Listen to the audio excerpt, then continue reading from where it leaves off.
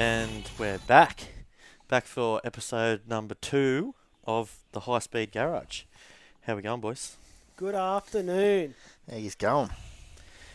What's been happening? What did you get up to? I heard you guys had a pretty good weekend. I got up to a couple of family events. We got a new Chesser part of the family. Oh yeah, nice. Geordie and Crystal had a little baby girl. And talking about little babies, Jason and Tash Cook, they had a gender reveal. Jason's the crew chief over at The Real Culprit for Nathan Barry, and they used Nathan brought the race boat over to Jason's place and had a big party around the boat, and they put whole heap of pink dust blown out from the exhaust pipe. It was pretty cool. Yeah, that's pretty cool. Yeah, I heard about the video on Facebook, but I didn't actually see it. But yeah, everyone said it was pretty cool. Yeah, it come out awesome out of the exhaust. yeah, I love seeing race boats getting used for other stuff than just racing, because when they don't have a cell in them, like when they've got a cell in them, like they're pretty useless. Yeah, as you can't really else. do much else. Yeah. Remember when they used to have open decks? Like Gen 3, we used to go thrash it down the river and go skiing and tow the tube behind it. That was mad. What else we on? What did we went to New Zealand, didn't we, Joe? Yeah, we went over there Thursday morning. Yeah, so we cruised. We got to New Zealand early in the morning. Went straight to the boys' favourite pub, Muddy Waters. Had quite a few beers there. Not as many as last year, but we still give it a good nudge. Yeah, I didn't go last year, so I can't really compare. I'm just the newbie. But yeah, that's a nice little pub, sort of in the middle of nowhere. They drink all kinds of weird beer. It's probably the dearest place to buy a carton of beer because it fucking cost us $70 for a carton of long necks. A crate of long necks. A crate of wasn't long necks. a carton. A crate. So is the carton still 24? Like crate's still 24 over there? Or it's No, it's only... Yeah, it's well, it would be in small beers, but yeah, this crate was long neck, so it's only 12. And it's a crate, not a box. Yeah, like it's a wooden crate. Wooden crate. Get a wooden crate. That's pretty cool. They've got a photo somewhere, So actually. when you finish, you've actually got something to throw at someone else. Yeah, we could put that photo up on the socials. Yeah, we should do that. Yeah, send that up. Yeah, so we got the party started at Muddy Waters, and then what we do, we cruised down to our accommodation, and You're staying in Cambridge, yeah. yeah, went out, had some dinner and whatnot, and then got up early the next morning and cruised down to Rotorua to go to the Rotorua Luge. Skyline or whatever it was called. Yeah, Skyline something or other. Probably should have looked that up. Yeah, I'm sure it's a Skyline. There's a heap of activities you can do. The balls rolling down the hill and there's zip lining and whatnot. Yeah. Mountain bike, downhill mountain bikes. Giant swings, all that sort of stuff. Yeah, we were just there for the luge. Yeah, the Skyline Luge. And there was 10 of us Aussies. Well, there was a few more Aussies, but 10 in our group that decided we're going to take on this luge. Was there more like Aussies from like boat racing over there? Or Yeah, heaps. Yeah, Heaps that's of probably others. 40 of us, I suppose. Yeah. Yeah, there was a shitload of Aussies. The VIP area is pretty much Aussies.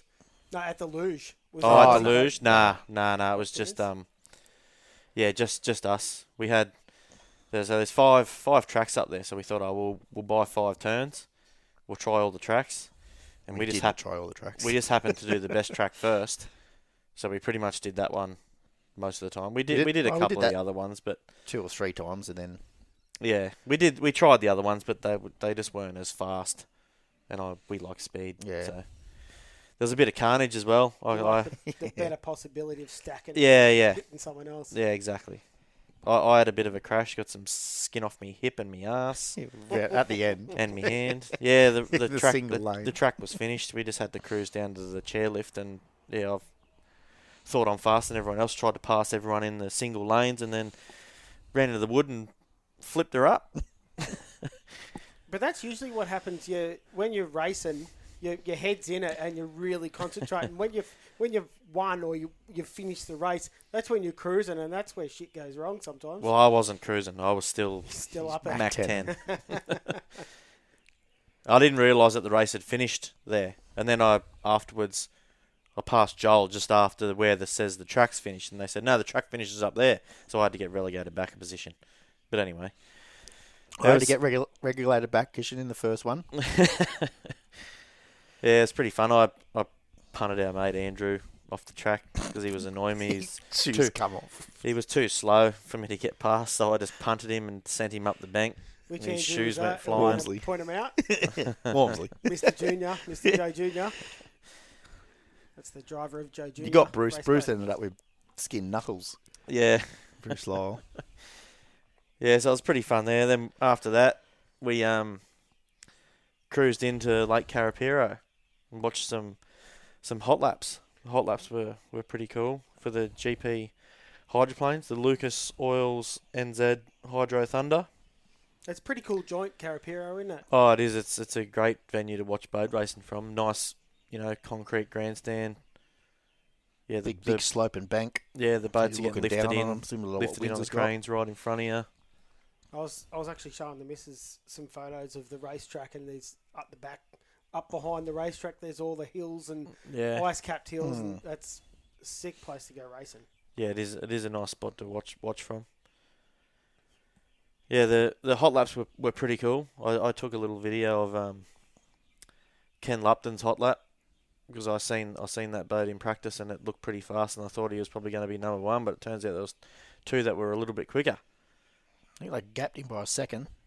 Yeah, I think so they had David Alexander. He was number one. He was the fastest, and then I think the American they had over there driving the boat, Andrew Tate. He was second fastest. There was nothing in that Yeah, bar. there was bugger all between them It two. was like 3/10 or something like that. Yeah. So, what is a GP Hydro?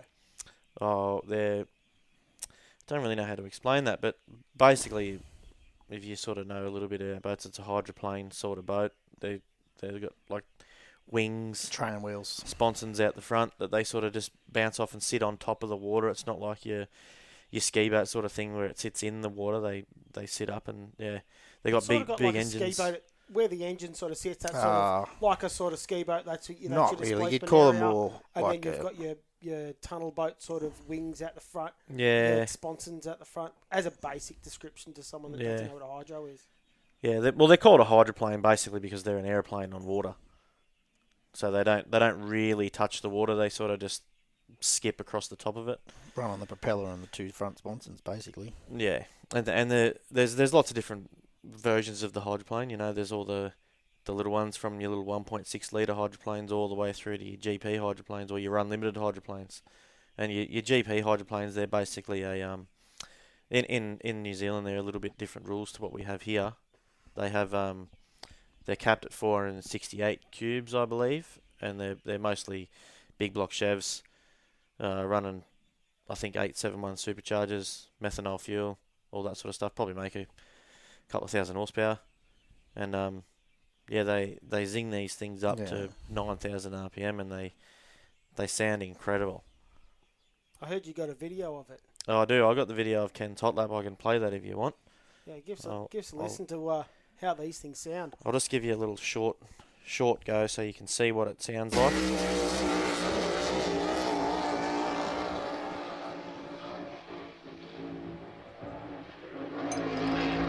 You're not beating that, are you? Up to really confident today, bottom turn as we see him come up the back straight.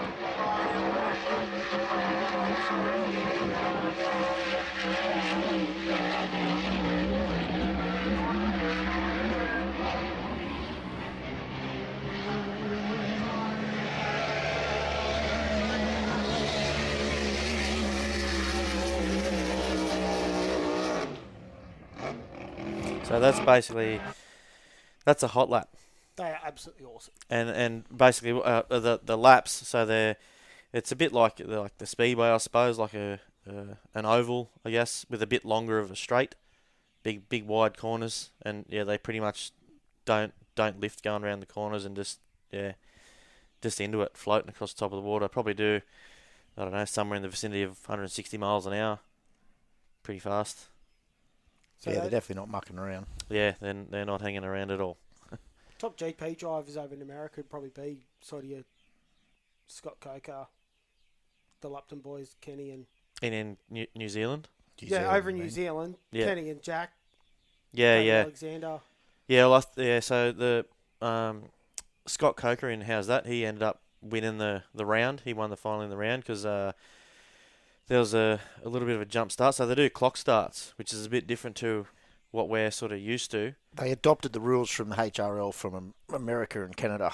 Yeah. That's how and that's because the Luptons are over there with another lot of boats running around.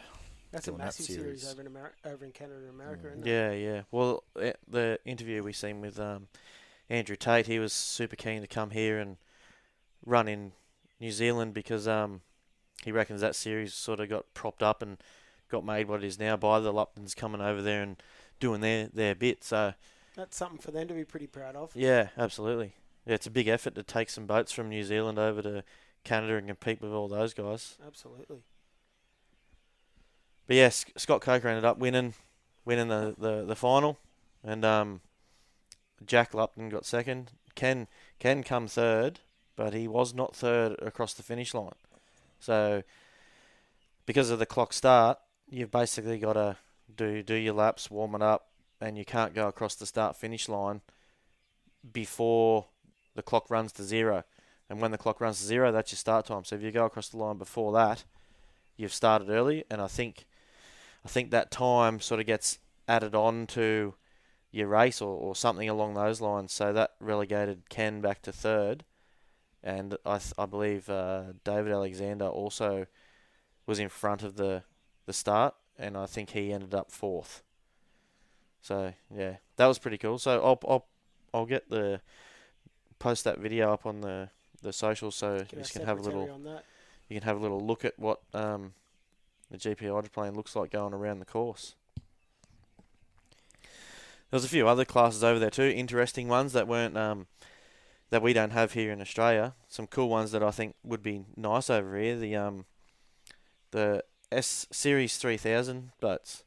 They're tiny little, like 14, 15 foot boats, little flat bottom things, and they've got little 6-cylinder engines in them. Most of them were 2Js, but there was a little VR30 Nissan in one. It was pretty quick, and there was even a little one with a little SR20 and a little 4-cylinder one.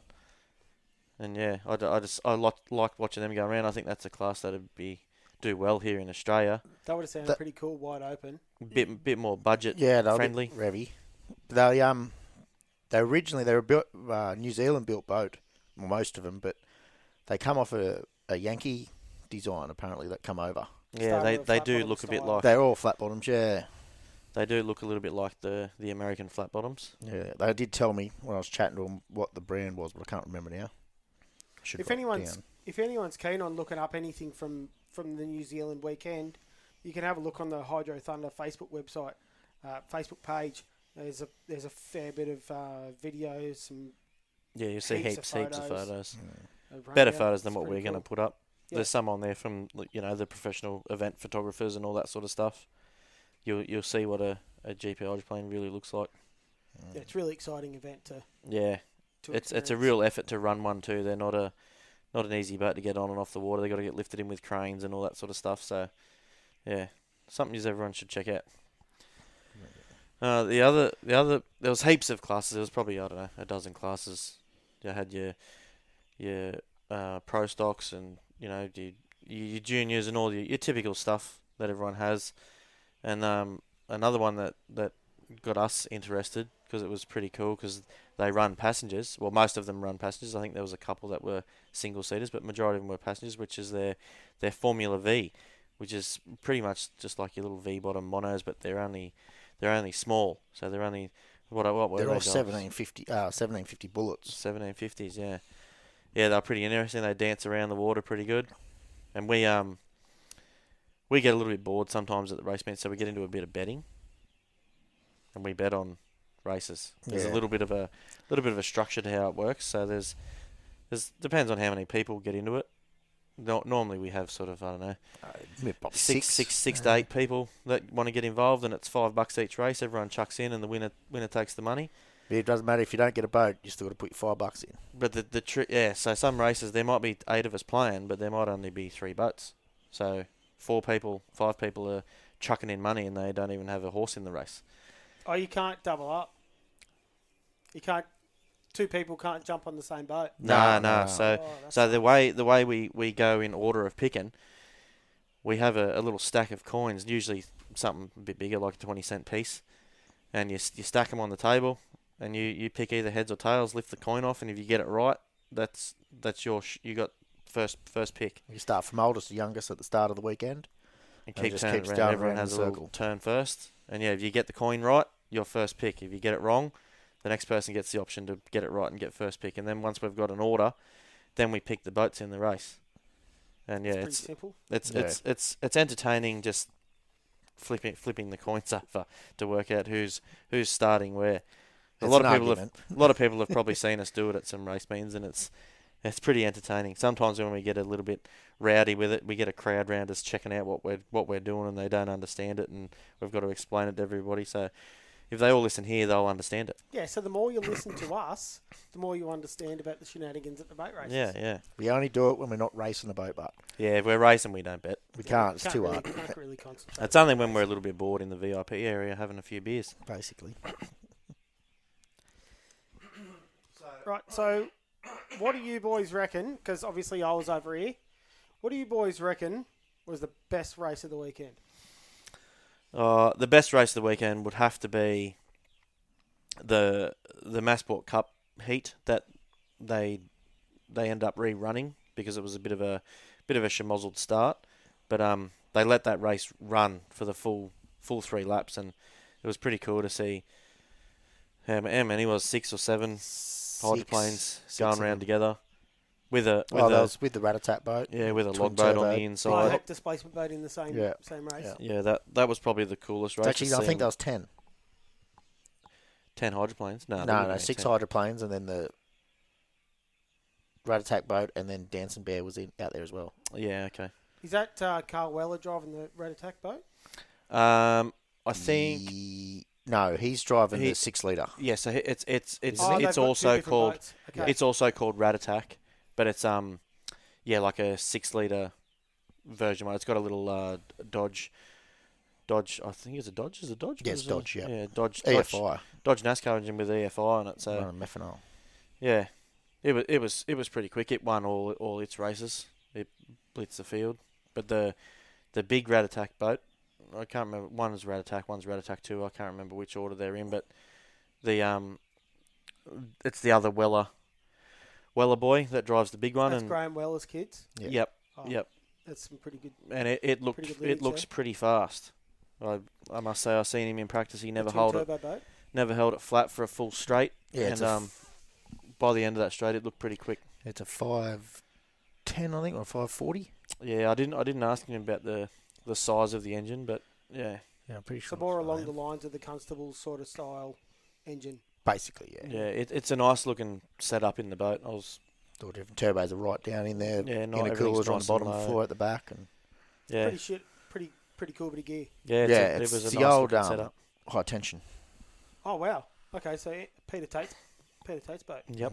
It's That's good gone over boat. there. Had a cockpit installed, and yeah, they're going pretty fast. I didn't actually ask what sort of speeds, but just looking from the grandstand where we're sitting in the VIP area, and yeah, it looked pretty fast at the end of the straight, and he never held it flat for the whole straight. He was just sort of on and off the throttle the whole time. Yeah, he was only there for the Massport Cup, so he never really raced anyone.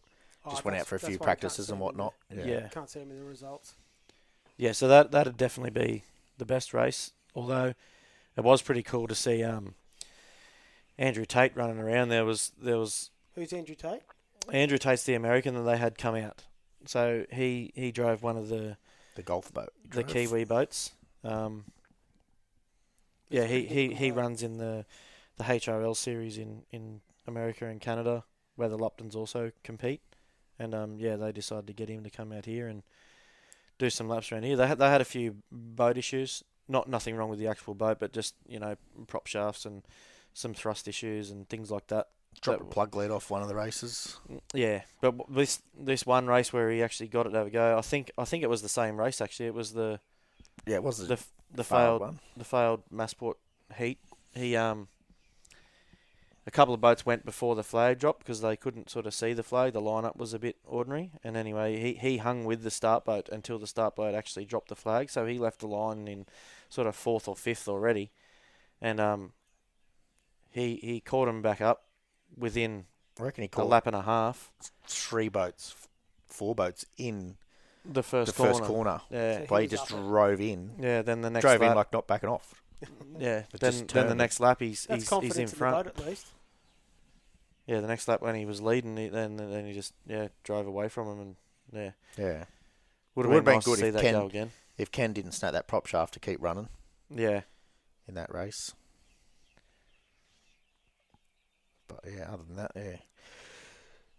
Crocker blitzing it, he crossed the line. That was good. Good finish when Crocker won it against was. Jack. Yeah, Just pipped him at the post. yeah, it was right They at raced the finish. So Probably side by 3 side laps. race the whole week. Pretty the much whole 3 time. laps, Yeah. yeah.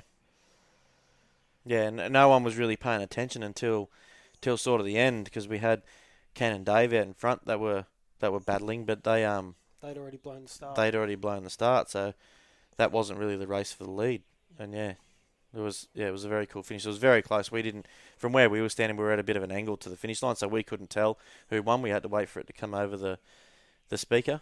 But yeah, Apart the from other that, all in all, um, it was a good run meeting apart from the water getting let out of the weir. yeah, they had a bit on of an the issue, Sunday- which is why Saturday night. the Massport Cup didn't end up getting fully run. The overnight between the Saturday and the Sunday, the dam opened up to let a bit of water into the town, and it dropped the dam by about a metre, which made it quite shallow in some spots. And apparently there's a rock somewhere on the exit of the first turn, so they had to go and mark that because it's only sort of waist deep there. So they went and marked that with a buoy, and then they adjusted the course, and that took a little bit, and that sort of put them behind the 8 ball from the start of the day. And then there was a couple of little accidents, nothing too major, but just a couple of little rollovers. So by the time they get those things towed back and all those sort of things, they just get behind time, and they end up running out of time to run the final of the Massport, which is a bit of a shame, being the 100th year of the Massport Cup. Yeah. They did a bit of a big deal on it, had all photos with all previous winners and all that sort of stuff up in the park. So yeah, it's a bit of a shame that didn't get run, but The rumour was going around it'll go to Twizzle, which is on the South Island. is that the next round of It's the last round of the the Hydro Thunder? Hydro Thunder. Yeah, okay. It is disappointing when you've got a major event like that. A lot of people travel for it, especially like Andrew Tate's from America. Yeah, And you get all these people that turn up to an event, and it's not like the organisers are trying to run a slow event, but unfortunately during that event things happen, and it just makes everything just slow down, and it's really hard to get the run back up again. Everyone blames the organisers, but most of the time the organisers are trying to do the best they can, but just external things happen. that's it. Just They were doing the best they could. They just ran out of time. There was just too many little things that went wrong that you can't really account for those things. No one accounts for people to have accidents and no one those accounts sort of for things. the And dam to be let out and rocks being exposed just all like the that. little things. That There was sucks. nothing really major that caused it, but there was lots of little things that Yeah. just sort of worked up towards it. But With the rerun, when they rerun the Massport Heat, and then they had the accident in it, yeah, they run out of time with that, because by the time you've got to pull the boats off the water to refuel them, carry on, and then put them all back on the water, daylight just runs out. yeah, there was also a bit of damage to a few boats in that. Yeah, they lost probably That heat. 4 boats. I don't know Yeah. how bad Raymond Hearts was, but I I've never don't seen I that, don't but think the they canards are blown off they lost them. too many, like that couldn't run again. Just the 2. But yeah, they had the Gulf oil boat all taped up. It was going to run again. It was ready to go. But The 2. How's that? And yeah, Scotty Coker and Jason Haggerty, yeah, their Lady boats, Liz. yeah, blew their the boats canards off them. suffered a bit of damage that probably couldn't be fixed. They probably could drive without the canards if they wanted to. Probably wouldn't be drive on the competitive. throttle, you're going nowhere.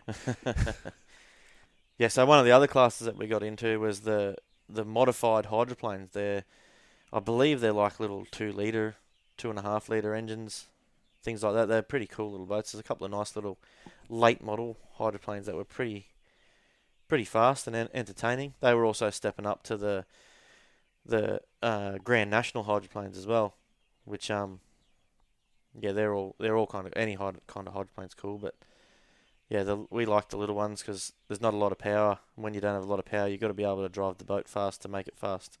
If you've got power, it's pretty easy to go fast. So yeah, they are entertaining.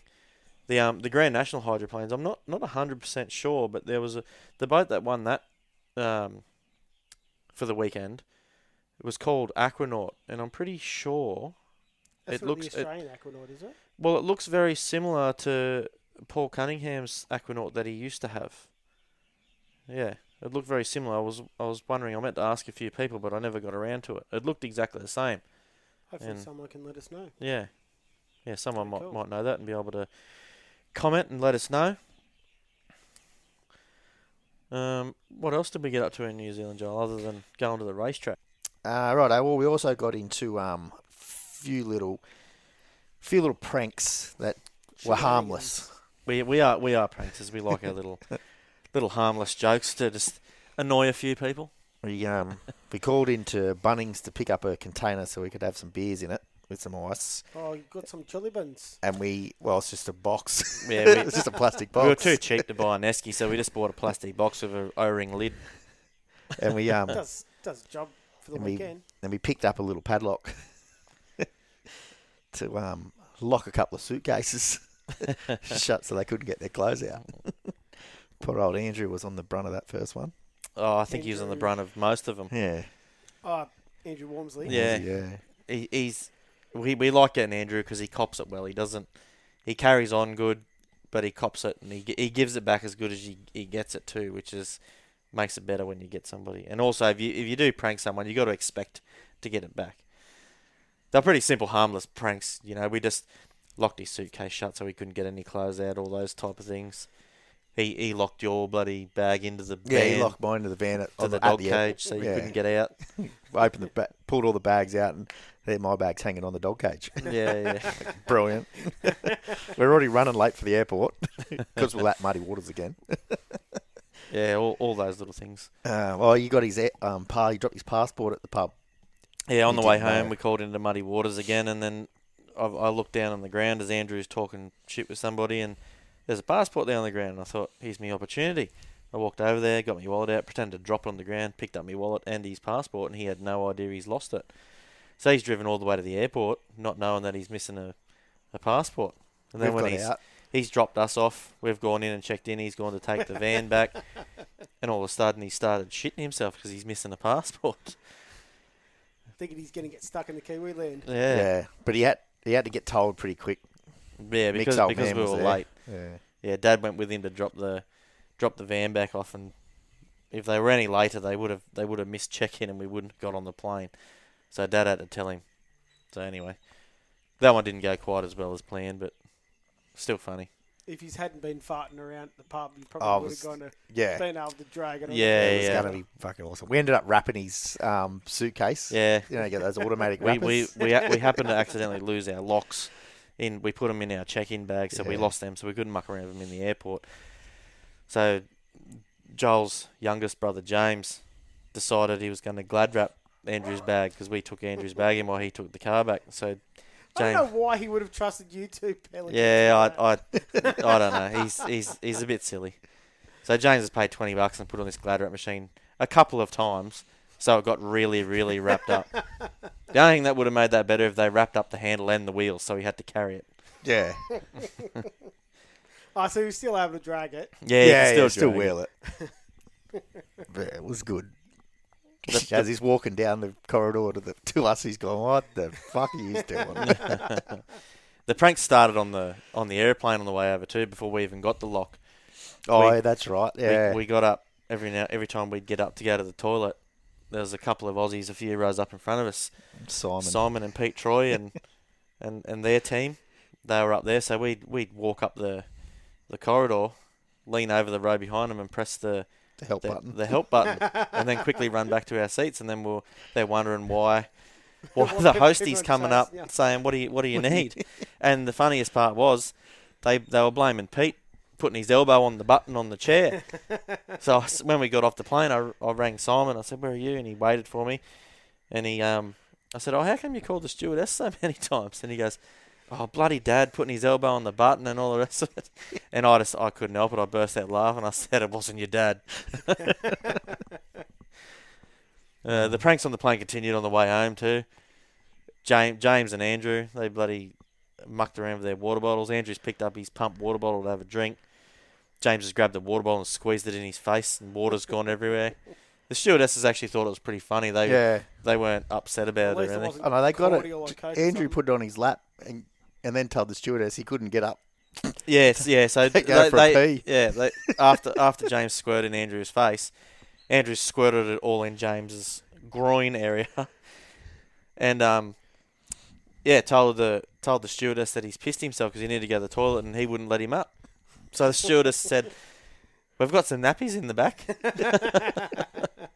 They loved all the pranks too. They got around it. Yeah. Yeah, pranks are funny. As long as no one's getting hurt, it's not costing anyone any money. It's just funny. Yeah. We also what happened over there was we got to meet a friend of ours, Scotty Patterson's young bloke. He's youngest. He's probably the coolest out of Scotty's kids, I'd reckon. Even Scott. Probably cooler than Scott has No, to he be. can't be cool than Scott. Oh, I don't know. No, old Cooper. He's young. He was over there training for downhill mountain bikes. Yeah, he's right into his downhill mountain bikes. And had a fair few beers with him on the Friday and Saturday night. Yeah, it was nice meeting him. He's a very entertaining bloke. He's got some pretty good one-liners. And we were actually talking to him about what we're doing here on this podcast, and he actually came up with a suggestion that we might have to get into and have a little segment called Cooper's Quotes. But we'll see how that pans out. And Little youngest brother James and Cooper went on a little social expedition themselves all the way to Hamilton. They're a fair bit younger than us, and one of the pubs we were drinking at one night had a 21st birthday there. So Cooper and James have just invited themselves into this 21st birthday to make friends. They went in there and lied to all the girls, told them their names were Jack and Cam. They were professional downhill riders, sponsored by Red Bull, earning $1 million a year. And they were 20 years old, so they fitted right in. Next thing we know, they're in a taxi with a taxi full of girls, and off they are to... They were all over it. Off they're going to Hamilton to the nightclub. Borrowed Cooper out to borrow your jeans. Yeah, Cooper had no long pants, and they needed long pants to get in, so I said, go back to the room and you can borrow my jeans here, take me belt, you'll need that because I'm a bit fatter than you are, so you'll need me belt to hold them up. Yeah, and they went back to the room, and the girls started undressing James and changing his pants and stuff. That sounds lovely. Yeah. And he's taken a little video of it, showing how these girls are dressing him and whatnot. And then that was it. Didn't do nothing with it. Yeah, Oh. yeah, that was it. He got dressed and went to the nightclub. So he was a good boy in Mum and Dad's eyes. He was respectful. Probably wasn't when he come home at 3:30 in the morning and just binged all the lights on and annoyed Banging on some doors. But that's all good because we do that too if we were out that 100%. late. I say, is that the reference to what? Yeah, one of the Facebook yes. questions. One of our Facebook questions. That's a good segue into our Facebook questions. We did get a couple that Dave Freeman. we'll answer. Yeah, Dave Freeman's asked, what would you do if you had two girls undressing you in your motel room? Dave was obviously over there with us and knows the joke. He was all over that. Yeah. So some of the other questions, what do we got there? We got one from Brian Nichols, Dewey Nichols. What things do you do as a driver to prepare for a race meeting physically and mentally? And what is your go-to pre-race meal night before? Well, let's break that into two parts. We'll go with the race meal first. I don't really get into much as long as I've had something nice to eat. Not too much. You don't want to be too full, but just enough to fill you up. I don't really have a specialty, as in whether it's a steak or a snitty or whatever. It's usually something from some kind of pub because we're never Everyone normally goes near to the home. pub, You don't have a home cooked meal, so But what about you, Hayden? What do you get into the night before? Seeing as though I'm a well-tuned athlete, I'm all over the steak and chips. Yeah, you had that every night before a race. It's not a ritual. It's just that's what I eat. At That's the just pub, what so you eat. Yeah. it's a pretty easy go to. Yeah, I'm not fussed. I love me food, so I'd bounce around and all sorts of stuff. You got to make sure you have a good chip meal because you got to absorb a fair bit of that the beers you're having at the same time because you got to make sure what's the rule 10 before 10 10 or before something 10, like you that? blow Yeah. zero. Yeah. Well, It's you worked gotta so make far. sure you cover your butt on that. I do not want to be blowing And numbers that's in the morning. 10 before 10's a work thing. So that's 6 in the morning. So you're sweet for racing. Yeah, that's pretty good. Yeah. So what about preparing yourself physically and mentally? What do you get up to there? Well, I'm usually before a race meeting, like the whole event, I am always in the shed preparing the boat, so I don't actually get to mentally prepare myself. I'm usually pretty knackered when it turns to Friday morning, getting the boat to the race meeting. So I don't actually have any rituals or anything like that. I'd like to have a bit more preparation on the race boat. That's what the plan is this year. Have less things to do on the race boat and more to prepare on us as drivers, me and Breton. Yeah. And actually not be knackered when you turn up to the race meeting. When you're not knackered, you're actually making better decisions. Yeah, rushing to a race meeting is not a good idea. I've done that a couple of times. It doesn't usually work out well. It's not enjoyable. Nah. Like I go. We still all do it because we're normally you're not getting past till the last minute and you've got to have it done and whatever else. But normally once I've set off in the car, I can start sort of winding down. You can't do anything after that. Like I don't really do much done. physically. Like I don't get up in the morning and go for a run like some fitness freaks like Craig Bailey. Well, Jason Cook's been stirring me up to go to the gym past couple of weeks. As much as I really want to do that, I haven't made an effort yet. So Yeah. I've got to start answering the phone call. Yeah, it'd be nice to have time to do it. So I don't really have time to do all that sort of stuff. But yeah, you get blokes like Craig. I've got a shed full of gym gear. I couldn't be bothered using that either. Yeah, you get some blokes though, like Craig Bailey. He's always up running around. I can remember as a kid went to a race meeting. I can't remember exactly where it was, but I remember there was a triathlon or something. There was an event around the boat races at that time, and we get up in the morning, go out to the track, and here's Craig doing this triathlon event before he's about to jump in his boat and go race it. And from then on, I thought, oh, this bloke's pretty bloody fit, and he loves his fitness. It obviously works well for him because he's done pretty well in boat racing over the years. Yeah, well, I was going to say, when you said that, I'd always, as a kid, you make dumb thoughts, but I'd always thought, oh, Craig Bailey and his bloody Lycra gear, and oh my God, that's just a weirdo Formula One driver. And then, like, you look back as an adult, you're like, he was on it, and that's the reason why he was such a good driver. Exactly what everyone should be doing. Yeah. He's actually doing what we should be doing. Yeah. They're spending 15 minutes, 20 minutes in a boat running around. We're doing 3 laps and can't breathe. Yeah. I'm knackered after 3 laps, and he's still going. So, yeah, they're doing it right. I'm the one that's fat and lazy.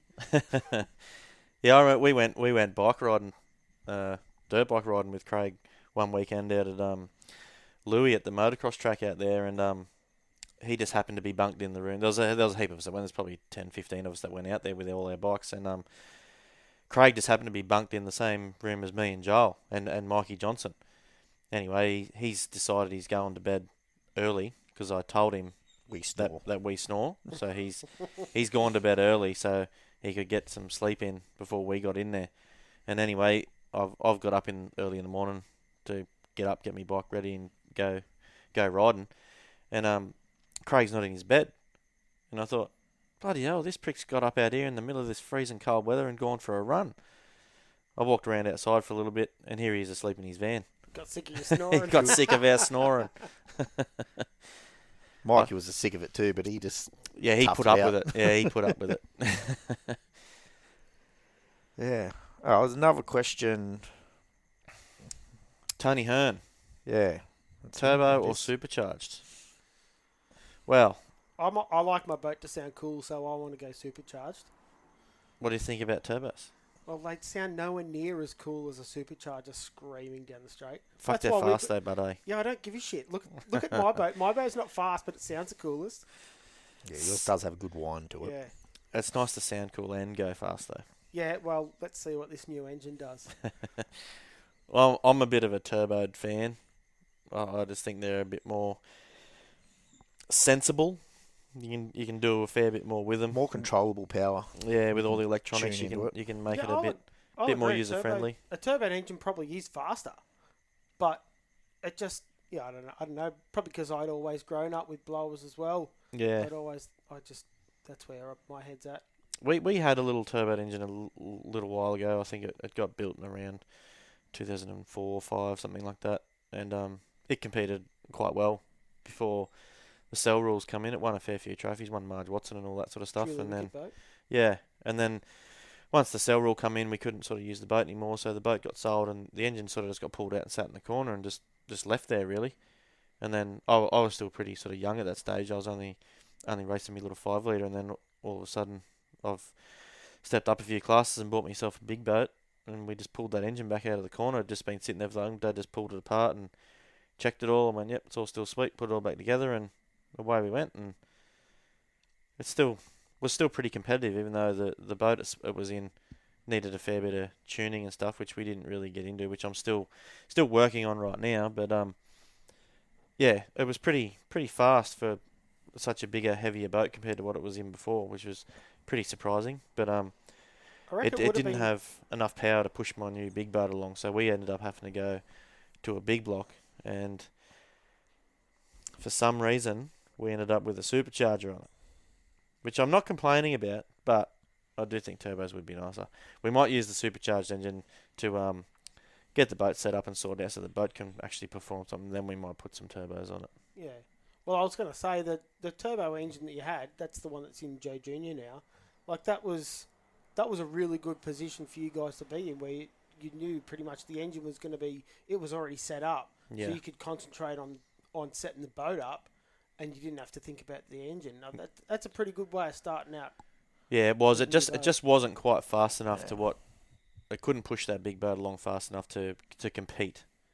So that was the main reason for selling. I wanted to sort of keep it so we could see the boat improvements, but it does make a bit of sense to have as much power as you're gonna have when you get to the end point. So you're working with that all the way through. But yeah, I still like the turbos. I like what the Constable boys are doing. That's cool as. They are pretty cool. And they don't muck around either, eh? The effort those guys put into, they deserve everything they get, eh? Oh, man! Anytime you speak to them, they're always fixing something, Yeah, improving something. yeah. They don't muck around. And They they did- make most of the stuff themselves. They didn't miss a race meeting for a while, and they were going home, pulling everything apart after a hurt, putting it all back together, get Yeah. to the next one. That's a That's big a effort. massive That. amount of effort. Yeah. No, got to congratulate them for that. Yeah, And man, they went to most meetings last year.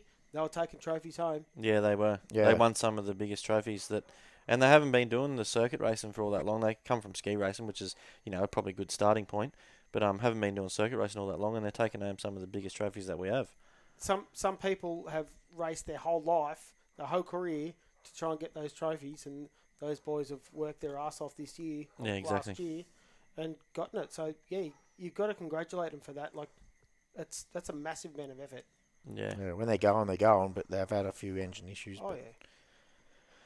with the package they got coming now, I think it'll be fucking. Yeah, Don't I've know which seen- way you're going. yeah, I've seen some pretty yeah. cool stuff coming out of the shed. Yeah. But yeah, no, the boys are mad. I love them. What other supercharged boats do you like, Hayden? I got a couple of turbo ones I could list. Well, there's not too many turbo ones because not that many people have seen the light. So Well, the turbo barrel, obviously Tony Hearn's question. He wants everyone to say turbo because he loves the taxi, the red taxi, and I like it too. That's why I got some of their merch. well, I did my apprenticeship on BA, BF, FG Falcons, and I've got a pretty good like for the Barrett engine. I've always thought they're pretty cool, but You are a Ford man at heart too, aren't I cut me, I bleed blue. you? You absolutely. like all the Fords in the supercars and all that. So Oh yeah. So it does line up pretty well, and the Hearn family are really cool people. as they well. are. What's your favourite supercharged boat? I'd say Clarkies. Tough Oh, yeah. enough. That's I a think- very nice looking boat. That's a Very good that's a hot polished rod. bit of gear. Absolute hot rod. Awesome family. they support a lot of people in boat racing. They support a lot of events in boat racing. Yeah. They support Dad's race as well. That's not why, obviously I appreciate what the Clark family do for a Dad's race, but I just think Dave Clark's a cracking bloke. James is someone to look out for. I don't really want to praise him that much because the bastard's going to beat me. I can guarantee it. In the same sort of boat as I've got. Yeah, he's a smart boy, James. But yeah, no, I think Clarkies would have to be my favourite. Yeah, if I'm picking like on looks, I could probably go back in the day when I was a bit younger to pick some. Like the Bad Attitude boats always looked. They were stunning. Looked 100%. Good paid jobs. But yeah, but these days I'd have to agree with you. Clarkies is probably the neatest looking thing. Everything's nice and shiny. Everything's polished. Most people these days, their boats look nice, but it's all anodized, so you don't have to work on it. But the Dave stuff's all polished, so there's a lot of work that goes into polishing a boat all the time. I used to do that with the little 5 litre, and man, we spend a full night on it before we went to race meeting. The Thursday before we'd leave, me and Joel would spend a couple of hours each in there just polishing just aluminium parts, and yeah, it's a lot of effort that goes in to make something look like that. But if I had to base something off performance-wise, I'd have to say Troy. Yeah, it's pretty hard to go past Troy. Isn't it? Well, once again, another Evercraft. It's like forward. I bleed Evercraft. Yeah, that thing. He's like that missed a lot of races there for a fair few years while Troy was working on the business and that sort of stuff. And then it just comes out and it's still right up the pointy end. Sits on its ass and goes forward. Yeah, it's beautiful to watch. Been on the sidelines concentrating on other stuff, and then to come back straight away being up in the top 5, top 3. Like, I didn't expect it. Like, you can't expect him to be smacking everyone's ass straight away, but he pretty much did. Like, he was up the front racing for the wins. He's done it for a long time, and I guess it's a bit like riding a bike. You're very professional. You learn it. You get to a certain point where you can just jump back in and off you go. There's a lot of years setting that boat up too after they put that cell in it. Yeah. It'd be nice to see how Troy goes in this liquid asset, but... Yeah, I heard that past couple of days, Mark Holmes has announced that the liquid asset boat's going to be driven by Troy Mullen. Yeah, I'm pretty keen to see how that goes. So I wonder what happens to Troy's son. Well, he's just there, just going to 6 litre with the little 18-footer. Yeah, but I wonder if he... Troy and the boys were actually over in... the yellow boat. Troy and the boys were actually over in New Zealand. Yeah. Yeah, helping out some guys over there, some teams over there, which is pretty cool. Cool seeing Aussies go overseas and helping other teams. Yeah. No, Corey's really nice dude too, Corey Marlin. Yeah, he's got a great teacher and his dad teaching him how to drive the boat too, so it won't be long and he'll be one of the blokes that you're gonna have to try and beat. Yep. Oh yeah, I got some people to race against, but hey man, as long as I'm having fun, like I'm gonna be trying to race to win, but you've got to realise where you're at, where your budget's at. Yep. And man, I'm having fun going out there and racing. Got to not lose the key fact of having fun. Yeah. If you're not having fun, I think you're wasting your time. Yeah. All right, we got anything else we want to talk about, or is that it? We're going to wrap it up. Yeah, that's about it, I reckon. All right. Well, thanks for listening again. Hopefully we haven't bored you and you're still here listening to it all.